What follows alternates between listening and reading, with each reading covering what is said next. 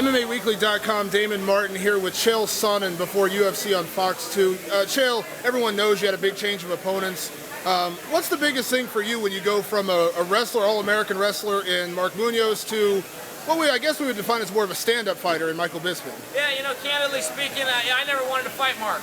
There's a couple of guys that every fighter has where he looks at and he goes, if that name doesn't come out of the hat anytime soon, that'd be okay with me. And Mark was on my list. One, because of our friendship, our history, and two, because of his style and skill set. But the other side of that coin is we met up in the past and he won. And I trained my whole life to be an NCAA champion, and I never was. And he was. We were the same year, same weight class, same bracket, same tournament. He won the national title, so that was my whole life for 23 years. Now I can't even watch it anymore. I was so devastated by that tournament. I've never gone back. I've never watched it on TV. And I follow wrestling real close, but not that tournament because of the pain I still have from it. So I had an opportunity to fix that part of my life. I could fix my whole childhood if I could just get a win over Mark. So, I was kind of relishing that moment, and the change came, and the bottom line is, win or lose, Mark and I would still be friends. Change of opponent or not, Mark and I are still going to have to fight. It seemed going into you and Bisping fighting, everyone anticipated you guys just trash talk, just going after each other. But Michael seemed very respectful. He said he's a fan of yours. And I know you said earlier that you actually, don't mind him. I mean, Yeah. How is your opinion of Bisping once you got him as an opponent? First off, I greatly resist the term trash talking. I hate it when I hear it. I don't hype fights. I don't sell fights. I'm not part of the company. I'm not part of the pay-per-view. It's not my job.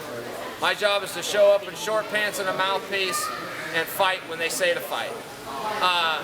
I've never trash talked. I've never said anything that I've apologized for, that I would apologize for, that I regret saying, and most importantly, that I didn't mean.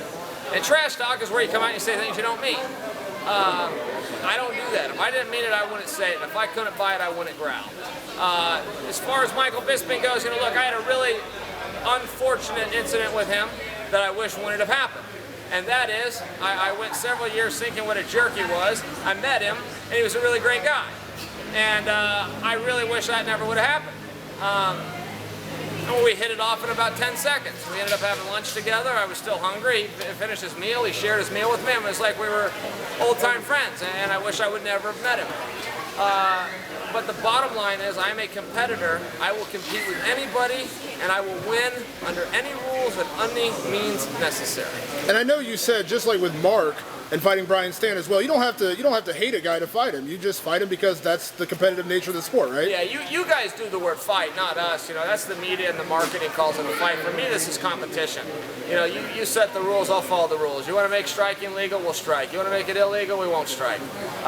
But I'm going to show up and compete either way, under any rules, under any commission, on any continent. And you want to call it a fight, you can. But for me, it's competition. Win or lose, I've been on both sides of it. I'll shake hands, and I'll leave it there in the ring. Last question. You've said very honestly that you've moved past Anderson Silva. You're done with that whole situation. But Dana has said 100% guarantee you win this fight, Anderson will fight you. Do you believe that will happen? No, I don't. I reject the premise of the question because it acts as though it's posing Dana and I against each other. Of course, Dana's the boss. Of course, I am full support of Dana and full respect of Dana. I do believe Dana's been misled. Anderson's been offered a fight with me 4 times. That's the one thing that you guys haven't been told. He said no all 4 times. He set all sorts of stipulations, including that I must come to Brazil, of which I instantly accepted and said send a contract over, and the contract came over, it had Mark Munoz's name on it. The contract came back over, it had Michael Bisping's name on it.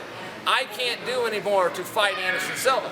This isn't my way of calling him out for the coward that he is. This is my way of getting off the topic. I don't want to talk about him. I don't want to promote a fight that isn't going to happen. I want to move towards a championship fight. If I can get past Michael, it'll be me and Jones, or it'll be me and GSP, or we'll retire Anderson, which he wants to do anyway, and 2 other guys, Vitor or Pale Harris, or there's a lot of top guys out there that can match up for the real championship. But the one he has, nobody respects anyway. Thank you, Chael. Anytime.